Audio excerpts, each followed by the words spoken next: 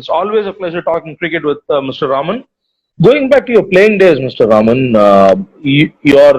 many of your followers and many of cricket buffs would know that you broke a 44-year-old record to force your way back into the Indian team in the summer of '88.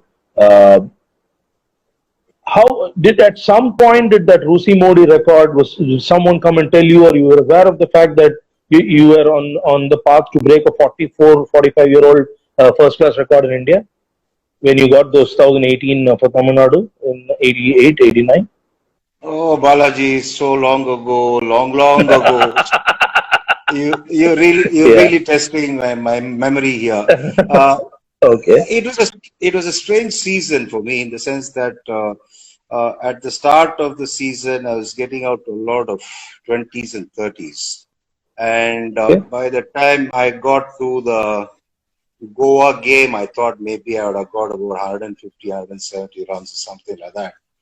And there's also a suggestion made by the chairman of the selection committee there that, Hmm. I need to get some runs. So I looked at him in the eye and Okay. asked him, are you suggesting I'm in danger of my place now? He said, no, it's not Uh, that. It's just that, we need contributions from you. I said, don't you worry. okay. Once it starts coming, it'll really come in by the loads. Don't worry about that, was my statement. And in the Okay. next three innings, I got about 750 or 800 runs, I think, the next 3-4 Okay. innings. But getting back to that record, I think I was aware of that, but it needed, then we thought, then I was thinking that maybe, if we win the semifinals and go to the finals, my chances of that will improve.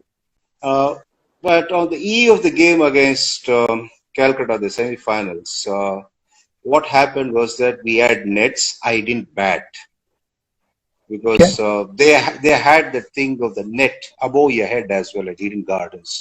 I always Yes. felt Yes. I always felt a little bit claustrophobic then, and we had the late Raj Singh Dungarpur there, and he asked me, "W, important game, you're not batting?" I said, "No, sir, I'm all right. I don't feel like batting." So he said, "Oh, it's all right." He was not too pleased about the fact that I didn't bat a day before the semi-final. But there again, fast forward now, everybody wants open match simulation kind of thing, no net required. But for some reason, even those days, I felt a little bit uncomfortable batting when there was a net above my head. I'd remarked to Sanjay, I think he was my roommate. I said, I think I might, get 100 tomorrow. I have a feeling. Uh, maybe, if things go my way, I might have a crack at the record. Perhaps, it's depending on when we bat. So, as it turned out, that day was something of a dream, I tried, happened. And most of the people who have seen that knock, there's probably something that they won't get to see again. It does feel a lot satisfying to hear a lot of people say that, but it was something that just happened.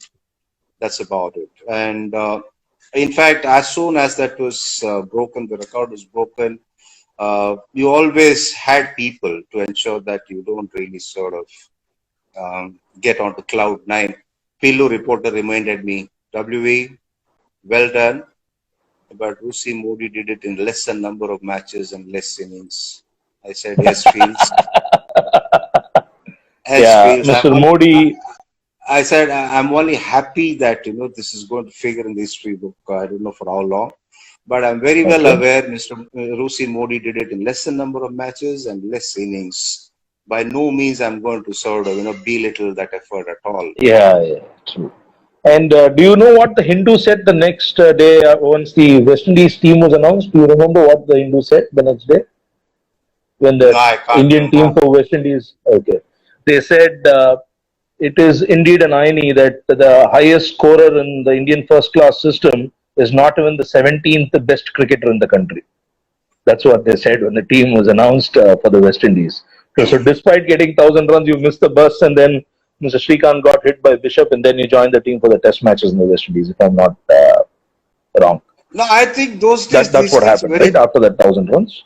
yeah, these things are very common in the sense when I say common, it's not, it's just that it's happened to me. I remember even Praveen Amre getting something like 1,000 runs Okay. in a matter of three Duleep games and one Irani. Mind you, you're talking about three Duleep games, Yeah, he made a 240. 240. Yeah, he made a 240. Yeah, in the 1,000 runs. He didn't get a place immediately as well. the next season. Yeah, Fast forwarding it to a season later. Uh, that was the first time during an Irani game where you played with viral fever, a viral infection, and a fever, and that was your first sighting in whites of one Mr. Sachin Tendulkar. What was your first thoughts of that Irani game? To the next season, we are just fast forwarding it to the next season. yeah, that was the first time I physically came across Sachin, but uh, sometime during that season, sometime at the start of the season, I think it was, we were playing Delhi and Bangalore, and it so happened that both the teams landed in Bangalore for the Wills Trophy game. And I think Bombay beat Delhi then, and Sachin had got a few runs on a turner. So I asked Raman Lamba, the late Raman Lamba, I asked him, what do you make of this kid? Because you would expect Raman to come out with, forthright views. Hmm. So Raman said, WV, even if that boy loses half his talent on the way up, he'll be a world champion. I'll Okay. never forget that. Okay. That was the assessment of Sachin Tendulkar by the late Raman Lamba based on a knock that he saw. But of course, over the next 25, 30 years, that boy, justified Raman's statements. But going back to that Irani game, that was the first game I saw. There's this boy, chubby cheeks, a little bit of things sprouting out of his upper lip, and that innocent, shy smile. I went up to him. I said, I introduced myself, and he introduced himself, and then we played the game. And you could make out, that boy was not going to be, sort of either caught down or sort of, bullied by anybody. He was there when he went out, even in that couple of innings that I saw of him. He made it very clear, I'm not going to, potter about the crease. I'm here, I'm the boss, I'm going to dominate. And he got picked for the tour of Pakistan. And I remember Chika asking me in Tamil, hey, nada, இந்த பையனை பத்தி நிறைய பேர் நிறைய சொல்றாங்க நீ பாத்திருக்கிய சொல்றா அப்படின்னு. So, which meant for the benefit of viewers who can't understand Tamil, he asked me, what is this kid like you see him? So I replied to him in Tamil, this boy is something special. Uh, and then there are a couple of sentences we spoke that I can't tell you here. I'll probably tell you Okay. when we talk about this, if at all we talk about this in person. Okay. No, no. The reason why I asked you this question now is one of the most successful coaches in India. Uh, when you see a raw, excellent talent, I mean, a raw potential, good skill sets, do you think he must spend time in the domestic circuit, even for women's cricket? There's a play because they also play a lot of domestic cricket these days. They play the Challenger, they play the other tournaments. Do you think if you see someone special, no, I mean everyone is not a Tendulkar, but if you see someone special, do you put them in the national team straight away, or would you like them to spend 1 or 2 seasons in the domestic grind? It is also dependent on what is the situation in the national side. But of Okay. course, you would want the guys to go through a few situations, play a couple of seasons, before you bled them into the international side. That is work over a period of time because there are enough and more cases for you to, back that argument. But of course, there will be a few who will always be, sort of bucking the trend. But on the overall scenario, you would see that even, for example, Saurav Ganguly then. He had to play 4 seasons of domestic cricket before he made a comeback. Rahul Hmm. Dravid played at least 3, 4 years of domestic cricket. You saw the VVS Lakshmans doing the hard yards in the domestic circuit. Uh, it helps. It's not a hard and fast rule, but that is the only sort of pathway. But it definitely helps those guys, because once they played 3, 4 years of cricket, they would have come across a lot of situations. They get more experienced.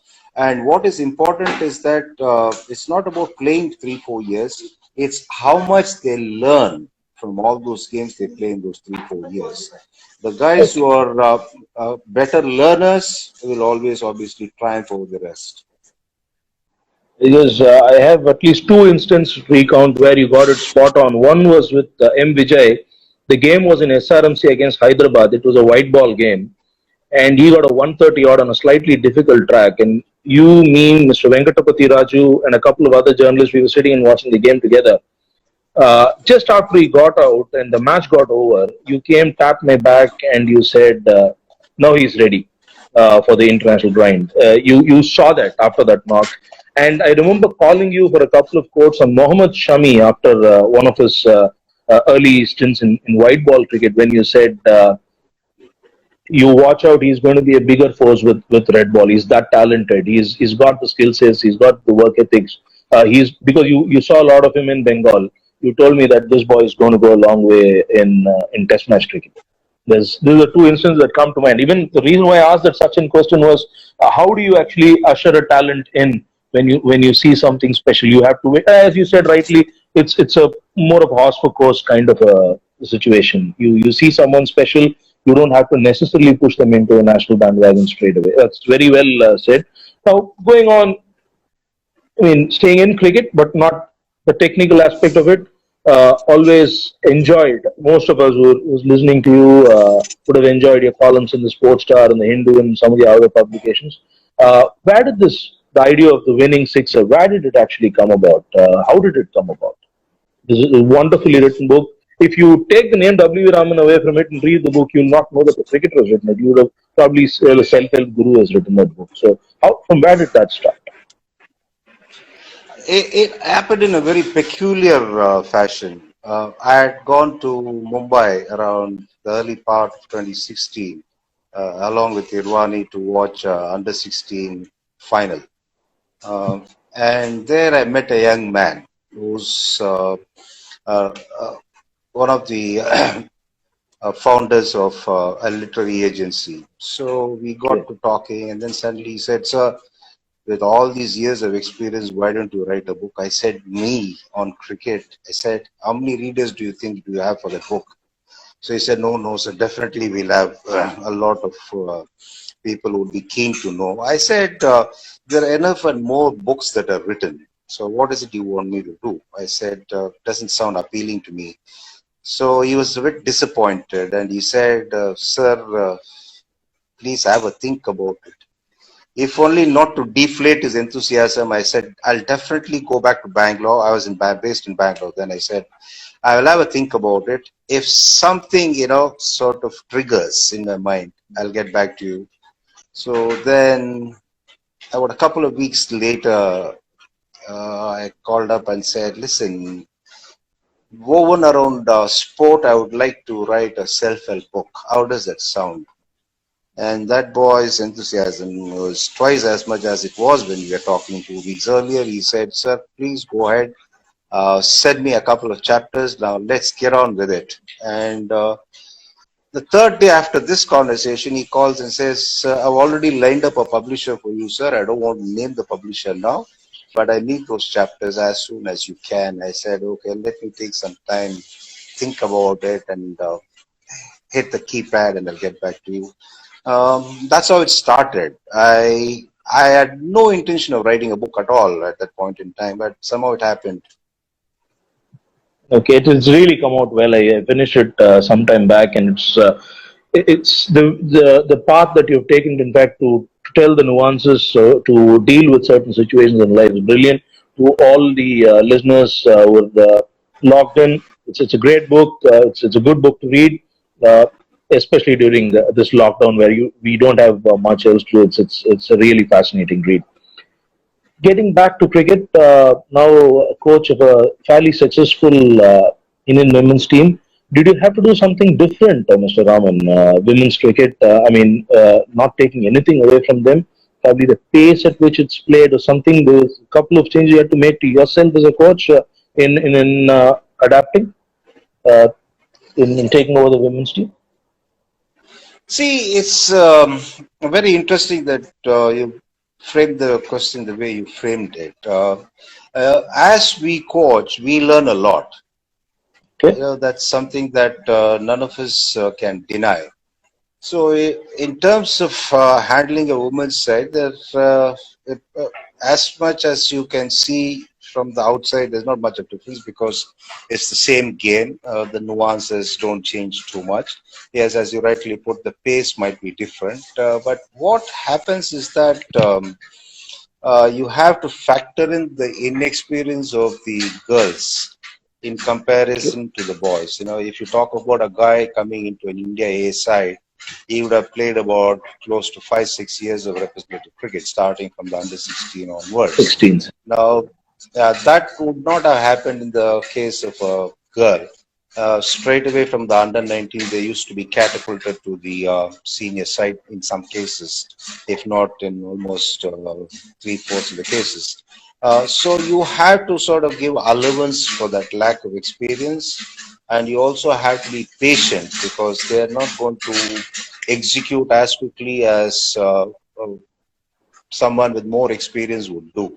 So you have to be a bit patient with them to see the results coming through, and also in a way you have to enjoy the mistakes that they are likely to make because that's when they're going to learn. Because generally the trend is that a coach obviously would like to see the team winning all the time, but again, results can always not go your way. You would obviously want to win as many games as you can, if not everything.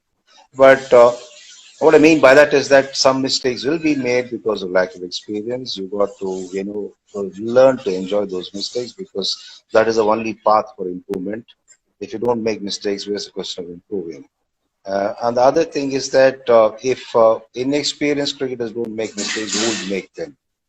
So Exactly. these are certain different things, that you have to give allowance for, and then at the same time, you also have to ensure that you don't pass on the pressure that you are likely to feel to the players. And would you suggest any one or two small changes to the women's game that would make it even? I mean, it's already got a fairly big following. The World T20 final was a good example. Would you suggest something? I mean, I'm not talking about boundaries getting smaller, something like that. Do you have anything in mind which would help it get popular a little more? Just leave them alone. They'll get Okay. where you people want them to get. Not only in Okay. terms of winning, also in terms of popularity. They will make Okay. it popular. Just let them be. Let them be. It'll all happen. Okay. Rome was Okay. not built in one day. Okay. Um, this is a fairly what do you say? A lot of people have requested this. I don't know whether you'd really like it, but you will have to do it for the sake of your fans here. They want you to pick the all-time TN11. So you'll have to get cracking quickly. What would be your all-time? You can, of course, you can exclude yourself. In my book, you'll always be at number three, but you can exclude yourself and name 11 for the benefit of all the people who joined. A lot of people have been asking, so I just hope it's not much of a. I think I'll stay away from this. You asked me to name any all-time 11 of any region, Okay, zone, country, province. I'll do that, but not this one. okay. In You don't fact, want to name the all-time TN11. couple of years ago, I did put my head on the block by naming the all-time South Zone team. Okay, In one of these social platforms. That was okay, interesting, but again, not many okay, people could disagree with that. Uh, okay. but this is one exercise I like to execute. No problem. We have got a lot more in store. Moving on to the Legends Corner. With my interactions with you, I know you're a fan of a few players. You have a special place in your heart for a few players. You've played against them. You've played with them. So I'm just going to start with probably your favorite batsman from India. You've got to just describe them in probably one sentence. I don't think it will be tough for you at all. We'll start with your favorite batsman. I know who I'm talking to. I'm sure you'll know who he is, Mr. GRV. Can, I mean, it's difficult to describe GRV in a sentence, but we'll start with Mr. GRV. A genius and a gentleman. Okay, that's brilliant. Uh, his in-law, Mr. Gavaskar. Gavaskar. Perfectionist Okay. and very particular. Very particular Uh, in everything, even okay. if he's talking to somebody, when he's talking to Yeah. somebody, he will not like anybody else to butt in, even to say hello. So that way, Okay. perfectionist and very particular. That's how I would describe it. And Kapil Dev. Kapil Dev, impulsive, Okay. intriguing, Okay. interesting. Okay. And your favorite cricketer, right? One of your right at the top in your book, right? In terms of Of course, of course, of course. I would even go to the extent of saying we may not get to see another Kapil Dev, very soon. I'm not really going into players who played in the 2000s. I know you have a particular affiliation towards a couple of characters. Of course, they were all legends in their own right. Mr. Bishan Singh Bedi. Oh, never a dull moment. Never a dull Okay. moment when he's around. Uh, Okay. but the thing is that there is no middle path with him. There Okay. is one extreme or the Uh, other. If he was not impressed with something, he would make it very clear. If he was happy with something, he would make it doubly clear. That is Bishan Bairi. One more player before we move to three of the TN stars. Tiger Pataudi, Tiger Pataudi, oh, class, all round class. and probably the one of the best You know, captains we have had. sorry. Probably one of the best captains we have had, Mr. Pataudi. Yeah, of course, from what I've heard and from the little conversations that I had with him, and whatever I've seen him speak in public forum and on television interviews, I think he was a class apart. And moving on to your friends from the state, Mr. Venkatragu. Oh, again, another interesting, never a dull moment because now, as long as you're not at the receiving end, it's never a dull moment. But fortunately, I've never been at the receiving end, even though I know him for What was about the 30 secret? or 30 I years. have to ask you this. What was the secret? You've played so much cricket with him, you've interacted so much with him, but you've never been at the receiving end of Mr. S. Venkatragu. Now, I mean, how did you manage it? You'll have to give the secret. You'll have to give the secret out. There's no secret. You don't make any conversations to him for the sake of making a conversation. If you had something Okay. interesting or something substantial, you try and create a conversation and continue that. Otherwise, he was very short on patience, and he didn't particularly like impertinence or small conversations. He needed it to be Okay. stimulating. He needed to be stimulating. Okay. This is not to say that I am the most intelligent person on earth. It's just that Okay. I could read him during phases when he made it very clear. There was a invisible board on his forehead, "Do not disturb." And a lot of people have gone and tried to strike up a conversation, which did not go down well with him. I could Okay. detect those moments and stay away from him. For example, we've been under the same ceiling, just the two of us, and maybe a couple more under the Mm. same ceiling for about 20 odd minutes. We've not even greeted each other hello because I knew he was on a train which was really running fast, Okay. mentally. So once that train of thought, stopped, he suddenly sort of shook his head. He said, "Nada, eppadi irukka?" Then I Mm. started greeting back. So these are moments that you try and pick from him. That's the reason. Okay. And moving to your two contemporaries, Mr. VB Chandrasekhar. Oh, Character in his own right. in as much as there's a lot of joyous things that I can share. The moment you utter his name, it does bring in a lot of grief to me, because Yeah. the way things ended in his case, I still can't get over it. But all in all, he was also a great character to be with. He was full of fun, and yes, you also saw different layers of VB. as a captain, he was not the most friendliest of uh, individuals on the field when you're playing for different sides. Um, he was a very sensitive guy. He could also be a critical guy. Uh, but he didn't do any uh, anything that hurt you intentionally. It's just that he was a man of many moods, and you had to take him as he was. And obviously, that's what friendship is all about. You don't really sort of nitpick on things and say that I'm going to be a friend only if you're going to be this way. In as much as you're not going to be changing for anybody, you don't expect others to change for you. So just the whole deal about friendship is that you take them as they are. And probably the most exuberant, Mr. Srikanth. Of course, a great entertainer, greatest Both entertainers on and off that the have field, come right? across.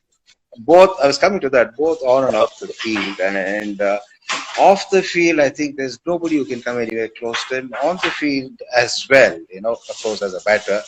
But there have been many occasions that he's sort of taken things to a different level. Like I remember that Irani game that we won, that the WB's game. On the final day, Gopal Sharma, who had hardly got out of his bed, walked out, and then he put his bat on the ground, and in that funny accent of his, he said, "Leggy sticks are," he asked the umpire. So the umpire said, "Next stump." So Chika from here, he said, "Hey, for Irani wicket, easy." He took the ball. So he picked the ball up. He said he's not yet got up. So I'd probably dismiss him in 3 deliveries. So that was Chika for his confidence. Once he got something to that, he has to execute that. So you won't believe this. He bowled a couple of deliveries. The third ball, as he released, he shouted, out, ah. And you won't believe this.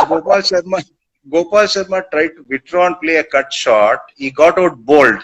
So he had a great laugh and he said, நான் சொல்லடா 3 ball எடுத்துரும் அதே மாதிரி எடுத்துட்டேன் பாரு.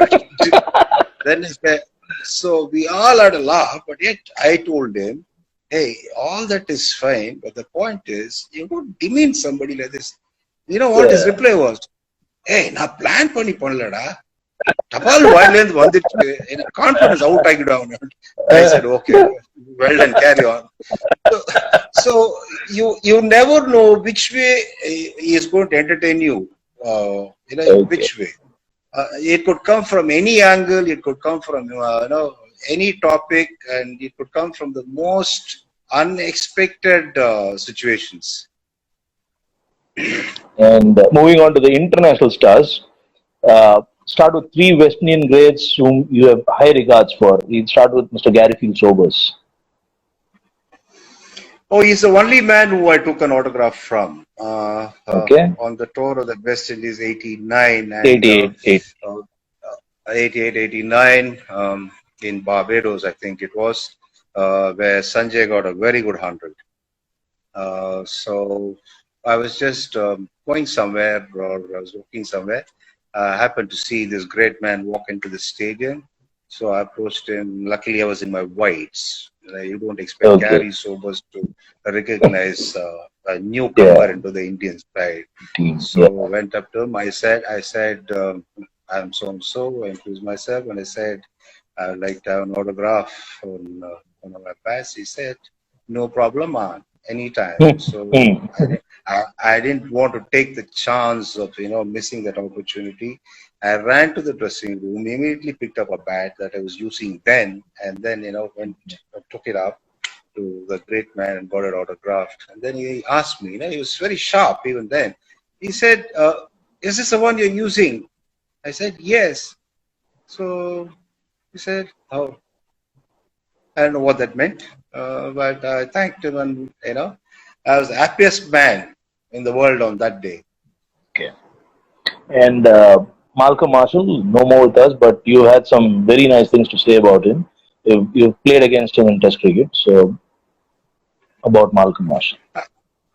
I would put him down as perhaps the most quickest and lethal of all bowlers. Yes, all of them are greats at that level. Yeah, yeah, But Marshall was totally different because uh, the speed that he gathered in his run up helped him to generate that kind of pace. And the unique thing about his short stuff was that it won't, take off vertically.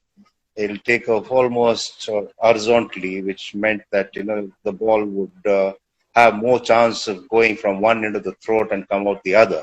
So you had to be very careful in judging the length of his short stuff.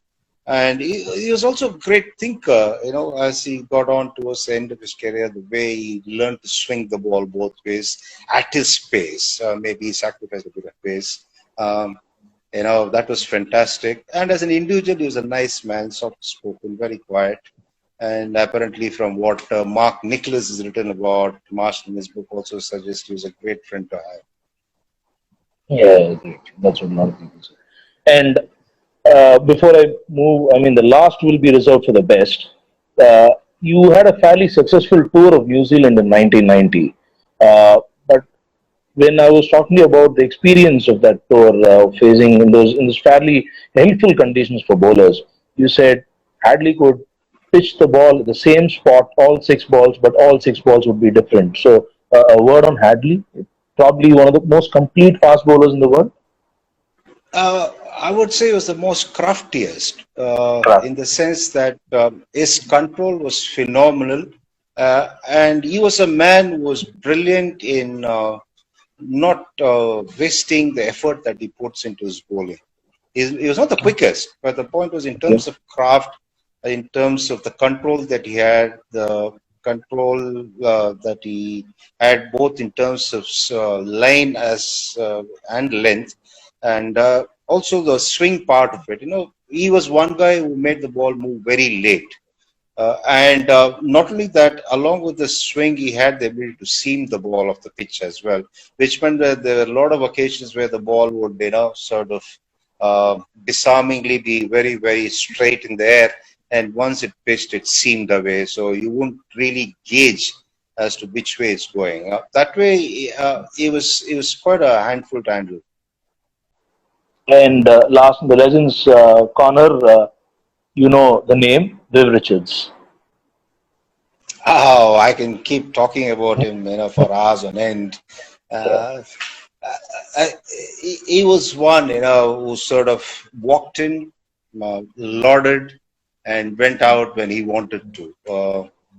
Because that is something that I've never seen too many people do, and that too in the fashion that he did, and at the time in which he did it. If you look at his scoring rate, if you look at the way he dominated, be it the red ball cricket or the white ball cricket, be it in Melbourne or be it in Madras or wherever, it didn't matter to him. It was a case of him, having somebody run in and then bowl. Hopefully that he'll only hit those bowlers for a four. That's all it was.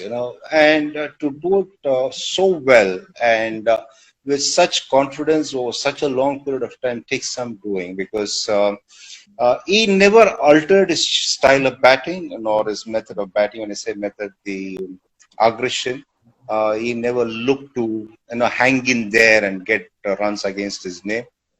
He decided when he walked out, even in the last innings of his career, when he walked out, he would sort of jab the uh, grip on his bat and he would say, "I'm here to beat you, man. I'm going to beat the ball," and he did it. And he did it every occasion he walked out to bat. And that was the last Legend corner. The last two questions, Mr. Raman. I heard this small story from Ashwin when we were talking on this day. He said, as a 17-year-old, he went to Bombay and he stayed in someone's house as a paying guest and played a lot of games in the Mumbai Maidans. And he learned a lot from it. And I know that you went to England just after your school and you played a little bit of Sunday cricket with legends like Viv Richards there. And when was this? And what did you learn from that before your initiation into actual big time cricket? I think that is. I did it in my college days, but of course, by that Okay. time I had Time you played already played first for class cricket. Okay. for the state and for the South Zone. But even then, it was a great experience in the sense that it made me tougher, and it also made me a different individual altogether. You know, in a way, you can say that I'm a bit of an Anglophile, to be Okay. very honest, and the way I saw things and the way I conveyed things and the way I communicated, and there's been a lot of influence from those days, from those summers, because it was simple, it was straightforward, it was you know all clean. So I think those years helped me a lot as an individual and also as a cricketer. Of course, I did gain in one department and I lost out another department. Also, that also happened. Uh, but there again, I probably gained more than I lost due to those summers spent in the UK. The reason why I asked you that question was how important it is for a 17, 18, 19-year-old cricketer to be taken out of his comfort zone. I mean, how important it is for him to face the bigger challenges that awaits him when he's 20, 21, 22. It's very important. I've always advocated, in fact, when I came back after the first season, or when I, not then, when I played for India, when I could make suggestions to these administrators, uh, I always batted for our association. When I say ours, the TNCA allow the guys to go and play leagues, Okay. because they would come back far more tougher, far more sterner.